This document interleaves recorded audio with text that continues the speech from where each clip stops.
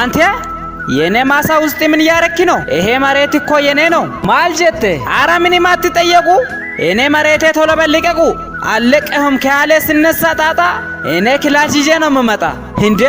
እንደ ዘርፍ ነው ወንድሜ። አኒ ቀልዲን ፈለጉ ሜና ገዲሲሜ ቶሌ ተስገባይ ካጃርሲኑ ፋይላሉ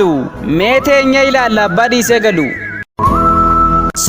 sochooteenaan adda keen facaasa si ajjeese nyaata saree si taasisa dafii baasi warra mana kee bule otoon si keessaan baasiin kalee miila eenyuutu asirra darbe amma kana dubbadhu dafii natti mina mana lakki namni tokkoyyuu na bira hin dhufne galgala ani akkuma sin argitan kunoo dafqeen bula dhala koo maaf na facaasta hanoo balleessaan qabu daa'ima koo guddifachuu fi kanan kufee dadhabu maaliif sobda hotuu wajjin nyaattee dhugdu anaan sobdaa caccabduu mugdu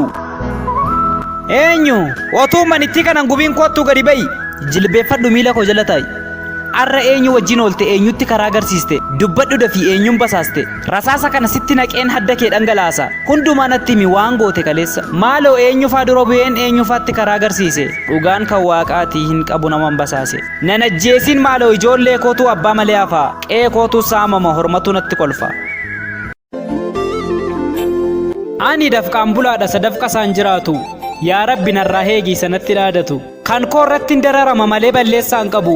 yaa waaqayyo sittan of kenna si biratti dhugaan hin dabu kan nagaadu hundumaa ati narraa fageessi lubbuu koo eegi daa'ima koo irra na jiraachisi ichiin ሰውዬማ እምቢ አለች እንዲህ አይነት ኑሮማ አልተመቸኝ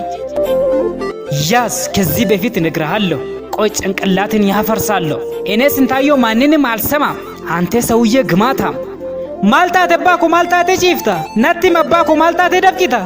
himbeelofte mo abbaa koo no nyaatan sii fide maal taate abbaa koo maaf qalbiin si bade hoomaan taane dhala koo hin yaaddayin caali lafti nagaa miti hamma dafii gali yoo rakkoon jiraatee si qunname karaatti sagalee kee holkaasii na waame akka dhaga'amutti qabi kan argitu rukaasii walitti carabi rukkuti rukaasa jalqabi hinde jammarech hin jalqabe dhalli koo sila duute wayyoo daa'imni koo karaatti hafte anaan abbaa kee adabarsu eddoo kee iji koo hin argiin du'a kee abbaan koo yoona du'eera otoo nyaata nyaatiini waan yaadeef karoorse otoo natti hin dhaammatiini kottu eessa deemta marrumaan keen jiska ududdubatti galagalchi hidhi harkasaa dhaabadhu sammuu keen diiga miilli keessatti fiiga